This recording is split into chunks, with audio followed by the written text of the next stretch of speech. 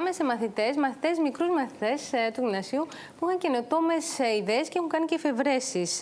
Περισσότεροι λοιπόν μαθητές από 700 σχολεία της Κεντρικής Μακεδονίας παρουσίασαν τις εργασίες τους στο τρίτο συνέδριο πληροφορικής.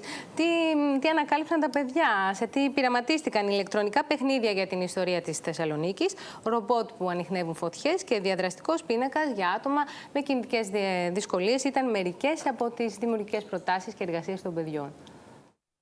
Κατασκευάσαμε το δικό μας διαδραστικό πίνακα με εργονομία για άτομα με δυσκολία στην κίνηση, για να γίνεται πιο εύκολα και πιο ευχάριστα το μάθημα. Οι μαθητές του ΤΕ Ειδικής Αγωγής Θεσσαλονίκης κατασκεύασαν το διαδραστικό πίνακα αφής για να βοηθήσουν τους συμμαθητές τους με προβλήματα στην κίνηση.